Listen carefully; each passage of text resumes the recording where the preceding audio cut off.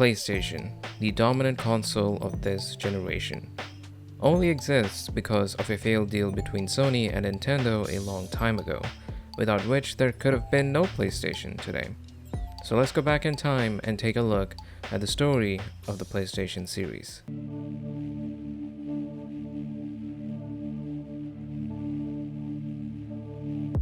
The story begins in 1994 in Japan with the release of the PlayStation, Sony's first home console with a 32-bit system that used CD-ROMs for games with polygonal 3D graphics and high-quality CD audio. It was designed by Ken Kutaragi and could stream full-motion video and Redbook audio from disc, and doubled as a music CD player, making it a multimedia device and not just a gaming machine. In this time period, the console market was ruled by Nintendo's SNES and Sega's Mega Drive and then Saturn, turning this into a three-way fight. While Nintendo stuck to cartridges on the N64, which were fast but more expensive and only stored up to 64 megabytes of data, Sony went with CD-ROMs, which were far cheaper and stored up to 700 megabytes of data. The storage and cost difference made the PS1 attractive to third-party developers who could make heavier games with cheaper discs. Internally, however, Sony faced resistance, with some executives famously dismissing the PS1 and gaming as a toy business. It also took major convincing on part of Sony to get major Japanese publishers to abandon Nintendo's cartridge-based ecosystem. The console was received well, as it had a mature library like Resident Evil, Tekken, Ridge Racer, Metal Gear Solid, and Final Fantasy VII, to name a few, and had a distinct 3D graphics style. It sold around 102 million units worldwide, making it one of the best-selling consoles ever. Moving forward, CD-ROMs became the new standard for the gaming industry, and the gaming audience expanded towards teen and adult gamers rather than just kids, with marketing to appeal to them. Square Enix moving from Nintendo to Sony for Final Fantasy VII was also a big turning point, as Final Fantasy VII's 3-disc experience simply would not work out for them with Nintendo's cartridge economics. Fun fact, PS1 actually began as a joint Sony-Nintendo CD add-on. However, Nintendo pulled out and partnered with Philips instead, leaving Sony to just go solo and create the PlayStation.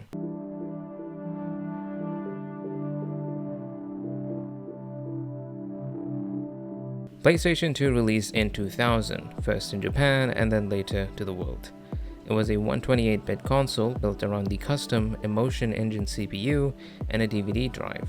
It supported full backward compatibility with PS1 games and controllers, and was marketed as the all-in-one entertainment device for the living room. Their main competitors in this era were Sega Dreamcast, Nintendo GameCube, and Microsoft Xbox. It had a built-in DVD player at a time when standalone DVD players were expensive, and having backward compatibility with PS1 games was huge. The PS2 quickly became the dominant console of the generation, overshadowing its competition in hardware and software sales. It hosted an absurd number of classics like GTA 3, Vice City San Andreas, Gran Turismo 3 and 4, Shadow of the Colossus, Metal Gear Solid 2 and 3, God of War, Devil May Cry, and Kingdom Hearts, just to name a few.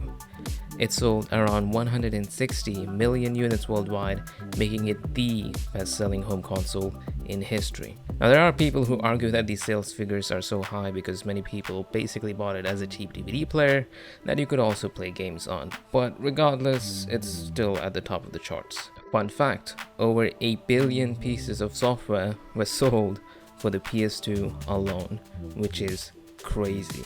The PS2's success combined with Sega's internal issues helped push Sega out of the console market with Dreamcast. PS2 hit 100 million units in sales in 5 years, about 4 years faster than PS1 did.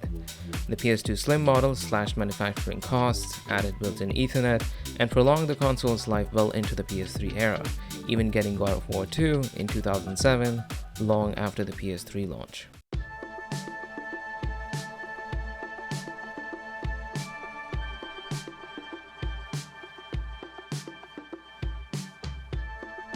PlayStation Portable, or PSP, released in late 2004 in Japan and the next year across the world.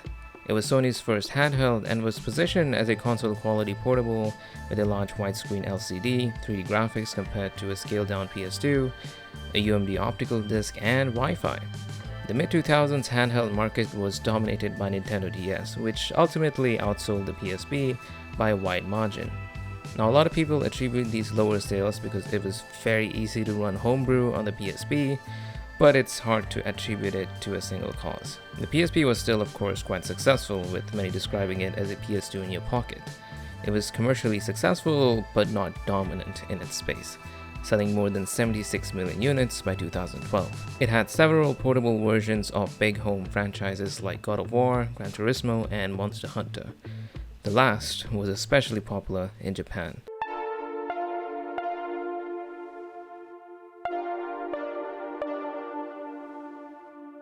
In 2006, the PlayStation 3 was released. It was built around the Cell Broadband Engine CPU and had a Blu-ray drive with built-in hard drive, Wi-Fi, and HDMI. It doubled down on the high-end home entertainment hub with HD Blu-ray movies, games, and PSN online services in one box. At this time, the competitors were the Xbox 360, which was launched a year earlier, and the Nintendo Wii, which, while not as powerful, was very popular because of motion controls and a lower price. The Wii dominated this generation in terms of sales, and the 360 and PS3 battled for the HD game console market and ended up very close in lifetime sales, with the PS3 slightly ahead. The launch price of PS3 was higher than the other two consoles, at $499 for the 20 gig version and $599 for the 60 gigabyte version.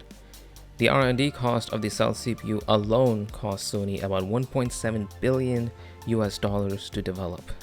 The complex architecture made it difficult for devs to develop and port games compared to the more conventional design of the 360. Fun fact, earlier models of the PS3 had actual PS2 hardware inside for backward compatibility, but this was removed in later models to cut costs, which angered fans. The launch reception for PS3 was mixed, mostly because of the price.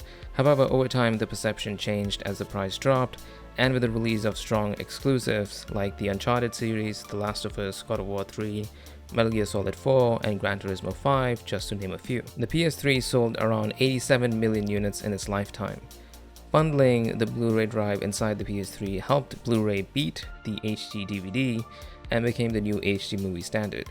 They took the feedback from the complexity of the PS3's design to improve the PS4, and the PlayStation Network evolved into a full digital platform with a store, digital downloads, and a subscription. Another fun fact, firmware updates added 3D Blu-ray playback and 3D game support for stereoscopic 3D in living rooms. And Sony originally also hoped their cell-designed CPU would power TVs and other devices, but that never really happened. A cautionary tale of over-engineering.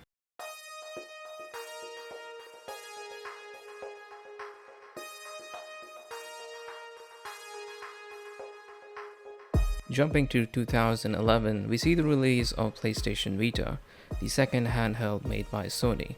Featuring a 5-inch OLED screen, dual analog sticks, rear touchpad, front touchpad, cameras, and PS3 level graphics. It used proprietary flash memory cards and supported even remote play with PS4 in later years. In this time period, the handheld space was dominated by Nintendo 3DS, and it was also the beginning of the rise of smartphones and tablets. It faced a lot of challenges. It had a high price with mandatory proprietary memory cards, it had little first-party support after the first few years, and of course, stiff competition.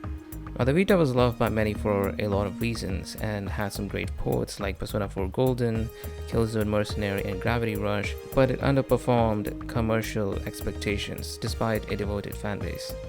We don't have exact sales figures for the Vita as Sony stopped reporting it and just combined the sales of the PSP and Vita, but many estimate it to be around 15 million units. But take it with a grain of salt. Fun fact, it did outsell the PS4 at a point, but only in Japan, and remained quite popular there despite global underperformance, and had some niche Japanese titles and indie games. The year is now 2013 with the launch of the PlayStation 4 with a x86-64 architecture, which basically means a 64-bit architecture with cores being x86, using the AMD Jaguar CPU and GDDR5 RAM, making it a lot more developer-friendly compared to the PS3 Cell architecture. The DualShock 4 controller added a touchpad, light bar, and a dedicated share button for screenshot, video captures, and streaming. The main competitors this time were Xbox One, which had a famously pretty terrible launch, and the Wii U, which was underpowered and became the awkward child sandwiched between the Wii and the future Switch. The PS4 became the dominant console of this generation, being cheaper than Xbox One at launch and having a lot of features that the Xbox One lacked, with the core focus being on gaming.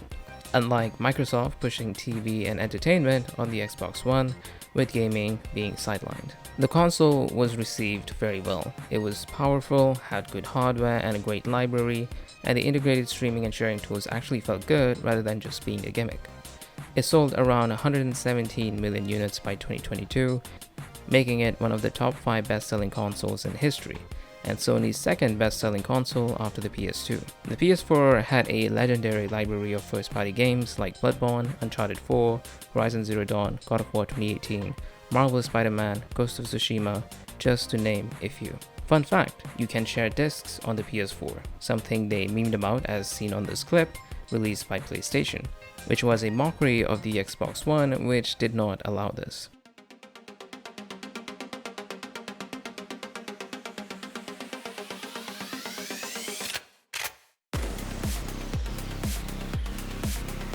And now we are in the year of 2020 with the release of the PlayStation 5.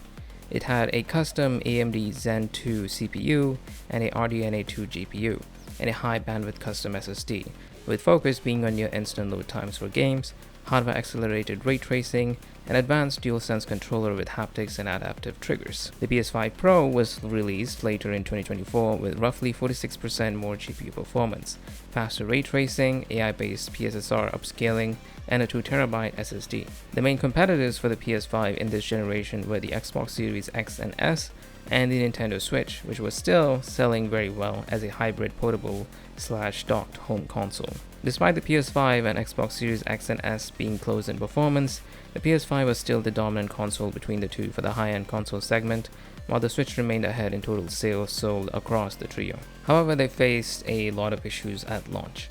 There was a severe semiconductor shortage during the COVID era, which severely restricted supply for roughly 2 years, making the PS5 very hard to get for most people.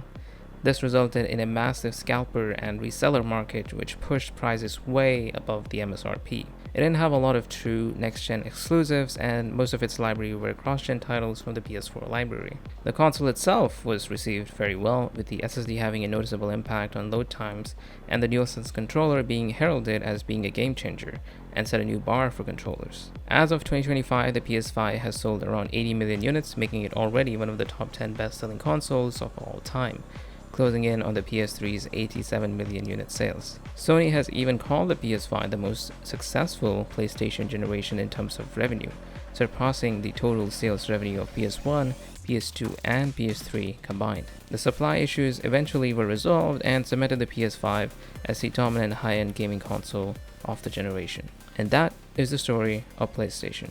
I'm Daki, thanks for watching.